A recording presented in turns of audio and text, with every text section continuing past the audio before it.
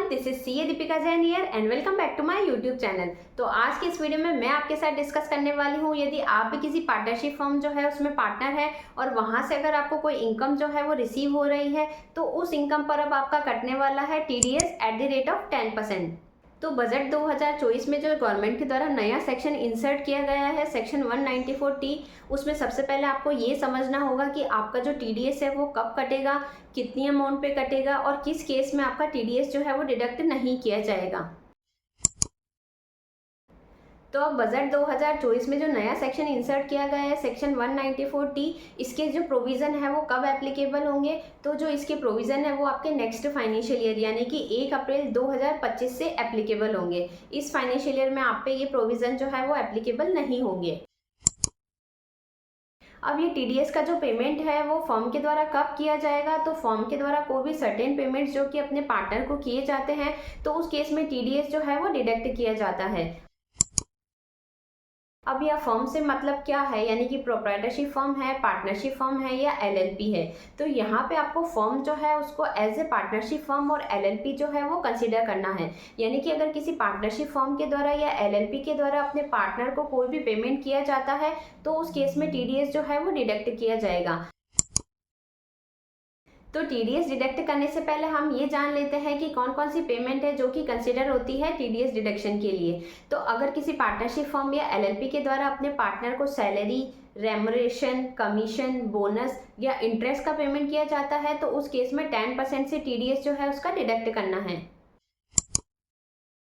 तो अब ऐसे कौन कौन से एक्सपेंसेस है या पेमेंट है जो कि कवर्ड नहीं होंगे, तो मान लो अगर किसी पार्टनर है उसके द्वारा अगर कोई लोन दिया जाता है फर्म को, तो उस केस में फर्म के द्वारा जो रीपेमेंट किया जाता है लोन को तो उस पर जो है वो टीडीएस डिडक्ट नहीं किया जाएगा, लेकिन लोन पे जो इंटरेस्ट पेमेंट किया जाता है पार्टनर को उस पर टीडीएस जो है वो डिडक्ट किया जाएगा। साथ ही अगर किसी पार्टनर के द्वारा अगर कोई अमाउंट है जो कि विड्रॉल की जाती है अपने कैपिटल अकाउंट से तो उस केस में भी टीडीएस जो है वो डिडक्ट नहीं किया जाएगा। और साथ ही अगर किसी पार्टनर के द्वारा कोई खर्चे किए जाते हैं फर्म के बिहाफ पे और अगर फर्म के द्वारा कोई भी एक्सपेंसेस है जिसका रियम्बर्समेंट किया जाता है पार्टनर को तो उस केस में भी कोई भी टीडीएस जो है वो डिडक्ट नहीं किया जाएगा। फॉर एग्जांपल, मैंने फर्म जो है उसके बिहाफ पे 1 लाख रुपए का कोई एक्सपेंसेस है जो कि किया है, अब मैं फर्म के पास जाती हूँ अपना रियम्बर्समेंट जो है वो क्लेम करने के लिए, तो उस केस में फर्म जो है वो मेरे को रियम्बर्समेंट तो कर देगी जो मैंने खर्चे किए हैं, लेकिन टीडीएस जो है वो डिडक्ट करने की लायबिलिटी अराइज नहीं होती है। तो अब ये जो टीडीएस है वो आपको कब डिडक्ट करना है, तो ज़्यादातर जो प्रोविज़न होते हैं वो तो एक्चुअल में पेमेंट और credit which ever is earlier basis पे काम करते हैं। यानी कि सेक्शन 194C या 194H में अगर हम देखें तो वहाँ पे एक्चुअल पेमेंट और credit which ever is earlier basis पे टीडीएस जो है वो डिडक्ट किया जाता है। अब कुछ टीडीएस जो है वो एक्चुअल पेमेंट बेसिस पे किया जाता है, जैसे कि अगर हमारा सैलरी पे कोई टीडीएस डिडक्ट किया जाता है तो वो एक्चुअल पेमेंट बेसिस पे ही किया जाता है। तो अब आपका सेक्शन 194T में जो टीडीएस डिडक्ट किया जाएगा वो पेमेंट और credit which ever is earlier के बेसिस पे डिडक्ट किया जाएगा।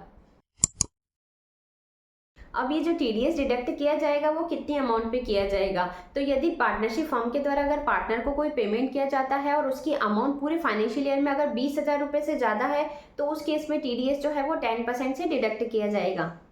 अब कई सारे पर्सन है जिनका ये डाउट हो सकता है कि एक तो हमारा सैलरी जो है उस पर सेक्शन 192 में टीडीएस डिडक्ट होता था, अब ये जो नया प्रोविज़न इंसर्ट किया है सेक्शन 194T उसमें भी 10% से टीडीएस जो है वो डिडक्ट होता है, तो हमको कौन सा वाला टीडीएस है जो कि डिडक्ट करना है। तो जो आपका सेक्शन 192 में जो टीडीएस डिडक्ट होता है उसमें आपके एम्प्लॉयर और एम्प्लॉय जो है उसका रिलेशन होता है, यानी कि आपके एम्प्लॉयर जो है उसके द्वारा टीडीएस जो है वो डिडक्ट किया जाता है। लेकिन यदि हम सेक्शन 194T में देखें तो वहाँ फर्म और पार्टनर जो है उसके बीच में कोई भी रिलेशनशिप जो है वो एग्जिस्ट नहीं है, इसलिए बजट से पहले जो है वो कोई भी टीडीएस जो है वो डिडक्ट नहीं होता था। अब बजट के बाद आपको 1 अप्रैल 2025 से टीडीएस जो है वो डिडक्ट करना कंपलसरी हो गया है सैलरी पे, रेमरेशन पे, बोनस पे, इंटरेस्ट पे अगर कोई पेमेंट किया जाता है फर्म के द्वारा पार्टनर को।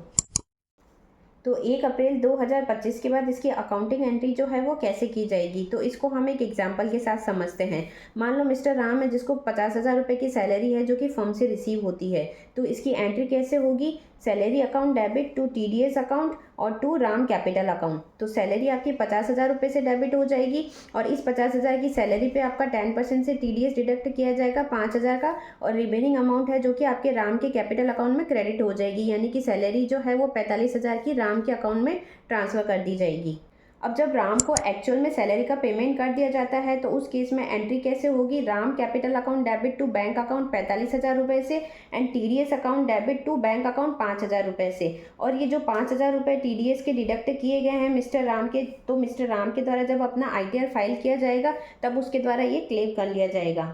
तो कुल मिला के अब आपको क्या करना है कि नेक्स्ट फाइनेंशियल ईयर में अगर कोई भी पार्टनरशिप फॉर्म है उसके द्वारा पार्टनर को पेमेंट किया जाता है तो थ्रेशोल्ड लिमिट आपको चेक करनी है कि वो 20,000 से ज़्यादा है या नहीं। मान लो अगर सैलरी आपके द्वारा 18,000 रुपये की पे की जा रही है और 3,000 रुपये का इंटरेस्ट पे किया जा रहा है, तो उस केस में एग्रीगेट अमाउंट उसकी 20,000 रुपये से ज़्यादा हो जाती है, तो यहाँ पे TDS जो है वो डिडक्ट करने की लायबिलिटी अराइज हो जाती है। तो आई होप आज की जो ये वीडियो है वो आपके लिए काफ़ी यूजफुल रही होगी। वीडियो से अगर कुछ सीखने को मिला हो या किसी तरह की हेल्प हुई हो तो चैनल को लाइक शेयर एंड सब्सक्राइब करना ना भूलें। मिलते हैं ऐसी किसी नेक्स्ट यूजफुल वीडियो के साथ, तब तक के लिए बाय बाय।